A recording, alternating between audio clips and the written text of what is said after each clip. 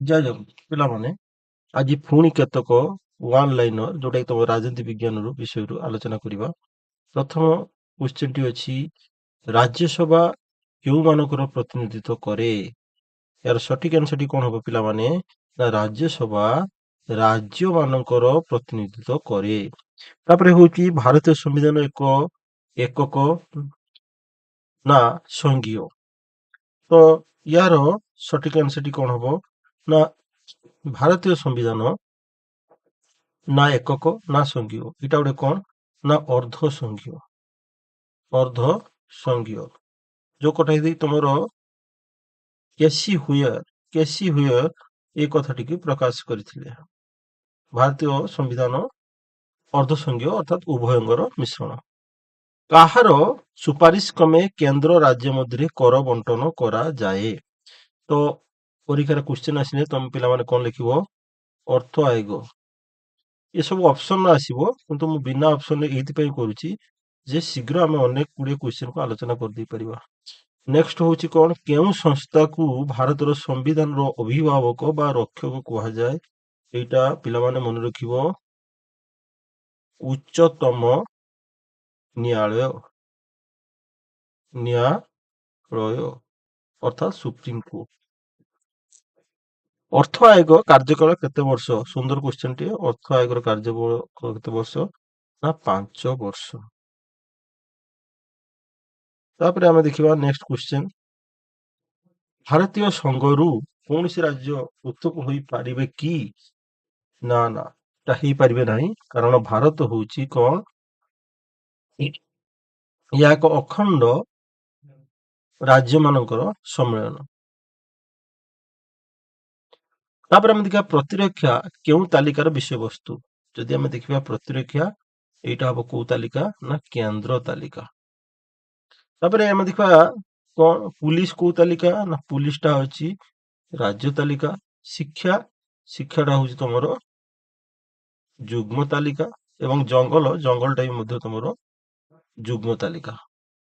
Next ଆସିଲା ଶ୍ରମିକ କଲ୍ୟାଣ labour welfare, ଇଏ କୋଉ ତାଲିକା? ଏଟା ବି ମଧ୍ୟ ଯୁଗ୍ମ ତାଲିକା। ତାପରେ ଆମେ ଦେଖିବା ଶିକ୍ଷା ଓ ଜଙ୍ଗଲ କେଉଁ ସଂଶୋଧନ ଦ୍ଵାରା ଯୁଗ୍ମ ତାଲିକାର ଭୁକ୍ତ କରାଯାଇଛି? ତ ଏଇଟା ହବ ତମର କଣ? ନା 42ତମ ସମ୍ବିଧାନ ସଂଶୋଧନ, କନଷ୍ଟିଟ୍ୟୁସନାଲ ଆମେଣ୍ଡମେଣ୍ଟ ଆକ୍ଟ ବା ସମ୍ବିଧାନ ସଂଶୋଧନ। ଏବଂ ଏଟା କେଉଁ ମସିହାରେ ହେଇଥିଲା? କେଉଁ ମସିହାରେ? ନା 1976ରେ ହେଇଥିଲା। ଠିକ ଅଛି। ସଂସଦର କେଉଁ ଧାରା ଅନୁଯାୟୀ ନୂଆ ରାଜ୍ୟ ଗଠନ କିମ୍ବା ରାଜ୍ୟ ସୀମା ପରିବର୍ତ୍ତନ କରାଯାଇପାରିବ? ତ ଏଇଟା ହଉଛି ମନେ ରଖିବ ଧାରା 3। ଧାରା 3 ଅନୁସାରେ ସଂସଦ କଣ କରିପାରିବ? ନୂଆ ରାଜ୍ୟ ଗଠନ କରିପାରିବ ଏବଂ ରାଜ୍ୟର ସୀମାକୁ ପରିବର୍ତ୍ତନ କରିପାରିବ। ରାଜ୍ୟର ସାମ୍ବିଧାନିକ ମୁଖ୍ୟ କିଏ? ନା ରାଜ୍ୟର ସାମ୍ବିଧାନିକ ମୁଖ୍ୟ ହଉଛନ୍ତି ରାଜ୍ୟପାଳ। ତାପରେ କହୁଛି ଧାରା 1 ଅନୁସାରେ ଭାରତ କି ପ୍ରକାର ସମ୍ମିଳନ? ତ ଇଏ ହଉଛି କଣ? ଏକ ସ୍ଥାୟୀ ଏବଂ ଅଖଣ୍ଡ ରାଜ୍ୟମାନଙ୍କର ସମ୍ମିଳନ, ଧାରା 1 ଅନୁସାରେ। ତାପରେ ଆମେ ଦେଖିବା ନେକ୍ସଟ କ୍ୱେଶ୍ଚିନ୍। ଭାରତର କେନ୍ଦ୍ର ରାଜ୍ୟ ସମ୍ପର୍କର ସମୀକ୍ଷା ପାଇଁ 1983 ରେ କେଉଁ କମିଶନ ଗଠନ ହୋଇଥିଲା? ତ ଆମେ ଦେଖିବା କେଉଁ କମିଶନ ଗଠନ ହୋଇଥିଲା? ନା ସାକାରିଆ। ମନେ ରଖିବ ପିଲାମାନେ, ସାକାରିଆ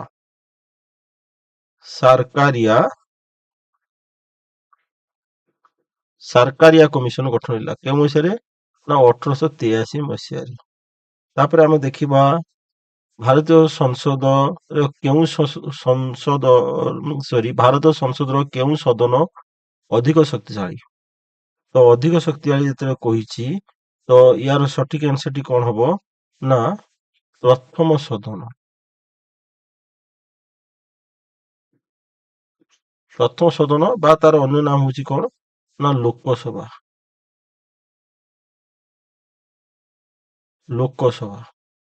ପ୍ରଥମ ସଦନ ବା ଲୋକସଭା, ବା ତାକୁ କହିପାରିବା ନିମ୍ନ ସଦନ। ହଉ, ସମ୍ବିଧାନର କେଉଁ ଭାଗରେ କେନ୍ଦ୍ର ରାଜ୍ୟ ଆର୍ଥିକ ସମ୍ପର୍କ ବିଷୟରେ ବର୍ଣ୍ଣନା ହେଇଛି? ତ ଏଇଟା ହବ ଦ୍ୱାଦଶ ଭାଗ୍ୟରେ, ଚାପ୍ଟର 12। ନୀତି ଆୟୋଗର ଅଧ୍ୟକ୍ଷ କିଏ? ନା ମନେ ରଖିବ, ପ୍ରଧାନ ମନ୍ତ୍ରୀ ହଉଛନ୍ତି ନୀତି ଆୟୋଗର ଅଧ୍ୟକ୍ଷ। ନୀତି ଆୟୋଗର ଉପାଧ୍ୟକ୍ଷଙ୍କୁ କିଏ ନିଯୁକ୍ତି ଦିଅନ୍ତି? ଏଟା ବି ସେଇ ପ୍ରଧାନ ମନ୍ତ୍ରୀ। ସିଏ ହଉଛନ୍ତି ଅଧ୍ୟକ୍ଷ ଏବଂ ସିଏ କଣ କରିବେ? ଉପାଧ୍ୟକ୍ଷଙ୍କୁ ନିଯୁକ୍ତି ଦେବେ। ନେକ୍ସଟ ଆମେ ଦେଖିବା, ନୀତି ଆୟୋଗର ପୂର୍ଣ୍ଣ ନାମ କଣ? ନୀତି ଆୟୋଗର ପୂର୍ଣ୍ଣ ନାମ ପିଲାମାନେ ମନେ ରଖିବ କଣ? ମୁଁ ଲେଖି ଦଉଛି, ନ୍ୟାସନାଲ ଇନଷ୍ଟିଚ୍ୟୁସନ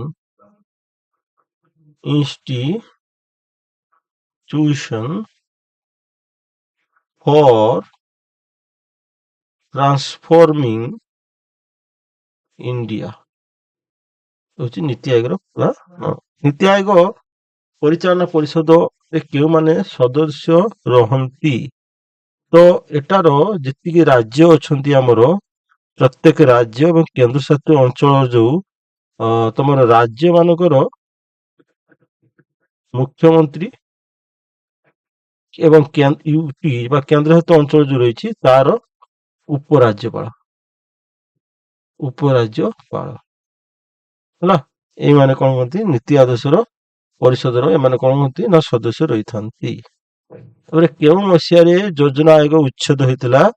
ଏଇଟା ଯଦି ପଡିବ ପରୀକ୍ଷାର ଲେଖିବ 2014 ମସିହାରେ।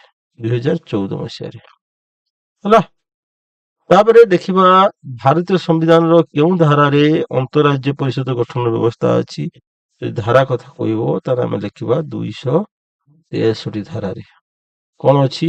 ନା ଅନ୍ତରାଜ୍ୟ ପରିଷଦ ଗଠନ କରିବାର ବ୍ୟବସ୍ଥା ଅଛି। ତାପରେ ଆମେ ଦେଖିବା, କିଏ ଆନ୍ତଃରାଜ୍ୟ ପରିଷଦ ଗଠନ କରନ୍ତି? ତ ଆନ୍ତଃରାଜ୍ୟ ପରିଷଦ କିଏ କରନ୍ତି? ନା ରାଷ୍ଟ୍ରପତି ଗଠନ କରନ୍ତି। ତାପରେ ଆମେ ଦେଖିବା, କାହାର ଅନୁରୋଧ କ୍ରମେ ସଂସଦର 2 ବା ତତୋଧିକ ରାଜ୍ୟ ପାଇଁ ଆଇନ ପ୍ରଣୟନ କରାଯାଇ ପାରିବ? ତ ଏଠାରେ ନା ଏଇ ଯୋଉ 2 ବା ତତୋଧିକ ରାଜ୍ୟର ଯଦି ତାର ବିଧାନସଭା ସରି ହଁ ବିଧାନସଭାର କଣ ନା ଅନୁରୋଧ କ୍ରମରେ କେନ୍ଦ୍ର ସରକାର କଣ କରିପାରିବ? ନା ସେଇ ସମ୍ପୃକ୍ତ ରାଜ୍ୟ ପାଇଁ ସେ ଆଇନ ତିଆରି କରିପାରିବ। ରାଷ୍ଟ୍ରପତିଙ୍କ ଦ୍ଵାରା ନିଯୁକ୍ତି କେଉଁ ଅଧିକାରୀ କେନ୍ଦ୍ର ରାଜ୍ୟ ହିସାବ ରକ୍ଷଣାବେକ୍ଷଣ କରନ୍ତି? ତ ଇଏ ହଉଛନ୍ତି କିଏ? ନା ସିଏଜି। ସିଏଜି କଣ କରିଥାନ୍ତି? ନା କେନ୍ଦ୍ର ଓ ରାଜ୍ୟର ହିସାବ ରକ୍ଷଣାବେକ୍ଷଣ କରିଥାନ୍ତି। ସିଏଜି ଅର୍ଥାତ୍ କମ୍ପ୍ୟୁଟର ଆଣ୍ଡ ଅଡିଟର ଜେନେରାଲ ବା ନିୟନ୍ତ୍ରକ ବା ମହା ହିସାବ ରକ୍ଷକ। ତାପରେ ସଂଘୀୟ ବ୍ୟବସ୍ଥାକୁ ଶକ୍ତିଶାଳୀ କେନ୍ଦ୍ର ଧାରଣା କେଉଁ ଦେଶରୁ ଅଣାଯାଇଛି? ଯଦି ଏଇଟା ପଡିବ ପରୀକ୍ଷାରେ, ଏଇଟା କଣ ହବ ତା ଆନ୍ସର? ସଂଘୀୟ ବ୍ୟବସ୍ଥାଟା, ଏଇ ସଂଘୀୟ ବ୍ୟବସ୍ଥା କୋଉ ଦେଶରୁ ଆସିଛି? ନା କାନାଡା ଦେଶରୁ ଆସିଛି। ସପ୍ତମ ଅନୁସୂଚୀର କେଉଁ ତାଲିକାରେ କର ବା ଟ୍ୟାକ୍ସ ଆଦାୟର ସ୍ପଷ୍ଟ ବିଭାଜନ ଅଛି? ଏଇଟା ହବ କଣ? ନା ସପ୍ତମ ଅନୁସୂଚୀ।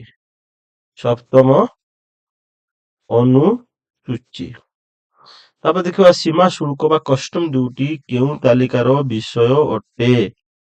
ତ ଏଇଟା ହଉଛି କଣ? ନା କଷ୍ଟମ ଡ୍ୟୁଟିଟା ହଉଛି କଣ? ବା ସୀମା ଶୁଳ୍କ କେନ୍ଦ୍ର ସରକାରଙ୍କର। ତାପରେ ଭୂ ରାଜସ୍ୱ କିଏ ଆଦାୟ କରନ୍ତି? ତ ଭୂ ରାଜସ୍ୱଟା ଆଦାୟ କରିବା ଦାୟିତ୍ୱ କାହାର? ନା ରାଜ୍ୟ ସରକାର। ରାଜ୍ୟ ସରକାର କଣ କରନ୍ତି? ନା ଭୂ ରାଜସ୍ୱ ଆଦାୟ କରନ୍ତି। ଖବରକାଗଜ ବିକ୍ରୟ ଉପରେ କିଏ କର ଧାର୍ଯ୍ୟ କରନ୍ତି? ଖବରକାଗଜ ବିକ୍ରି ଉପରେ ଏଇଟା କେନ୍ଦ୍ର ସରକାର କରନ୍ତି, ଯେହେତୁ ଏଟା କେନ୍ଦ୍ର ତାଲିକାରେ ରହିଛି। ରାଜ୍ୟପାଳ ବିଧାନସଭା ଗୃହରେ କୌଣସି ବିଲକୁ କାହା ପାଇଁ ସଂରକ୍ଷିତ ରଖିପାରିବେ? ତ ରାଜ୍ୟପାଳ କାହା ପାଇଁ ରଖିପାରିବେ? ନା ରାଷ୍ଟ୍ରପତି। କେଉଁ ପରିସ୍ଥିତିରେ ଭାରତୀୟ ସଂଘୀୟ ଶାସନ ଏକ ଶାସନରେ ପରିଣତ ହୁଏ? ତାପରେ ଆମେ ଦେଖିବା, ଏଟା କଣ? ନା ଜରୁରୀ କାଳୀନ ପରିସ୍ଥିତିରେ ସେଥିରେ କଣ ହୁଏ ନା ଜରୁରୀକାଳୀନ ପରିସ୍ଥିତିରେ ଭାରତର ସଂଘୀୟ ଶାସନ ଏକକ ଶାସନରେ ପରିଣତ ହୁଏ, ଅର୍ଥାତ୍ ରାଜ୍ୟମାନଙ୍କ ହାତରୁ କ୍ଷମତା ହସ୍ତାନ୍ତରିତ ହୋଇ କେନ୍ଦ୍ର ହାତକୁ ଚାଲି ଯାଇଥାଏ।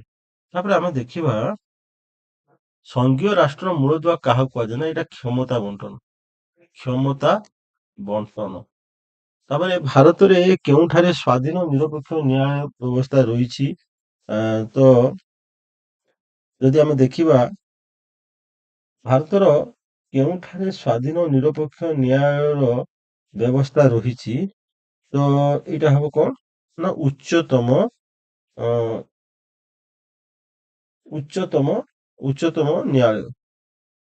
ତାପରେ ସମ୍ବିଧାନର କେଉଁ ଧାରା ଅନୁସାରେ କେନ୍ଦ୍ର ସରକାର ରାଜ୍ୟକୁ ପ୍ରଶାସନିକ ନିର୍ଦ୍ଦେଶ ଦେଇଥାନ୍ତି? ତ ଧାରା ଏଠାରେ ଅଛି କଣ ନା 202ଟା ଧାରା ଅଛି, 256 ଏବଂ ତମର 257। ତ 256 ଏବଂ 257 ଧାରା ଅନୁସାରେ କଣ ହେଇଥାଏ, କେନ୍ଦ୍ର ସରକାର ରାଜ୍ୟମାନଙ୍କୁ ପ୍ରଶାସନିକ ନିର୍ଦ୍ଦେଶ ମାନ ଦେଇଥାନ୍ତି। ତାପରେ ଆମେ ଦେଖିବା କେନ୍ଦ୍ର ରାଜ୍ୟ ମଧ୍ୟରେ କ୍ଷମତା ବଣ୍ଟନ କାହା ଦ୍ୱାରା ହୋଇଥାଏ, ନା ଏଟା ହବ ଲିଖିତ ସମ୍ବିଧାନ। ଲିଖିତ ସମ୍ବିଧାନ ଦ୍ୱାରା ହୋଇଥାଏ। ରେଳପଥ ସୁରକ୍ଷା ପାଇଁ କିଏ ରାଜ୍ୟକୁ ନିର୍ଦ୍ଦେଶ ଦେଇପାରିବେ? ତ କିଏ ଦେଇପାରିବେ ନା କେନ୍ଦ୍ର ସରକାର। କେନ୍ଦ୍ର ସରକାର ହେଲା। ତାପରେ ଆମେ ଦେଖିବା ନେକ୍ସଟ ହଉଛି ରାଜ୍ୟପାଳ କାହାର ପ୍ଲେଜର ହୋଇ ପଦବୀରେ ରହିଥାନ୍ତି ବା କାହାର ପାଇଁ ତାଙ୍କ ନିଜ ପଦବୀରେ ରହିଥାନ୍ତି, ସେଇଟା ହବ ରାଷ୍ଟ୍ରପତି। ଯେହେତୁ ରାଷ୍ଟ୍ରପତି ତାଙ୍କୁ ନିଯୁକ୍ତି ଦେଇଥାନ୍ତି, ତେଣୁକରି ସେ ରାଷ୍ଟ୍ରପତି ହବ। ତାପରେ ଆମେ ଦେଖିବା ଭାରତର ସଂଘୀୟ ବ୍ୟବସ୍ଥାକୁ କିଏ କେନ୍ଦ୍ରାମୁଖୀ ସଂଘ କହିଛନ୍ତି? ଏଟାକୁ କହିଛନ୍ତି କିଏ ନା ଆଇଭର ଜେନିଙ୍ଗସ ହେଲା। କିଏ କହିଛନ୍ତି ନା ଆଇଭର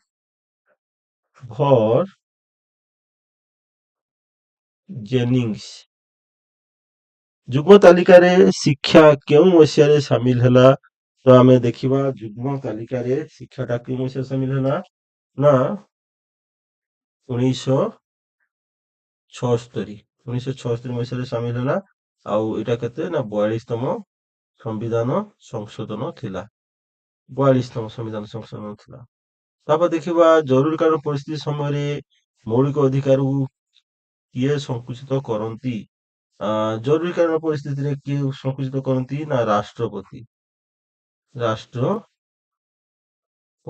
ଏବଂ ଧାରା 352 ଅନୁସାରେ କେଉଁ ଜରୁରୀକାଳୀନ ପରିସ୍ଥିତି ଜାରି ହୋଇଥାଏ? ମାନେ କଣ ପାଇଁ ଜରୁରୀକାଳୀନ ପରିସ୍ଥିତି ଜାରି ହୋଇଥାଏ ନା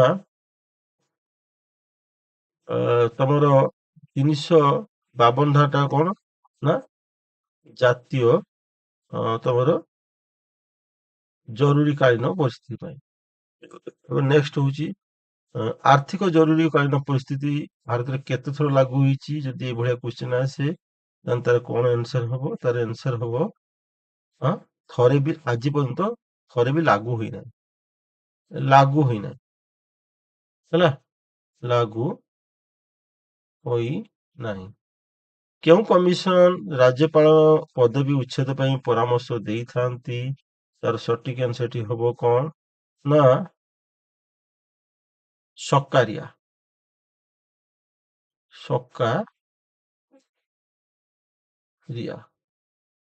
এই ସକାରିଆ କମିଶନ କଣ କହିଥିଲା ନା ରାଜ୍ୟପାଳ ମାନଙ୍କର ପଦ ଉଚ୍ଛେଦ କରିବା ପାଇଁ।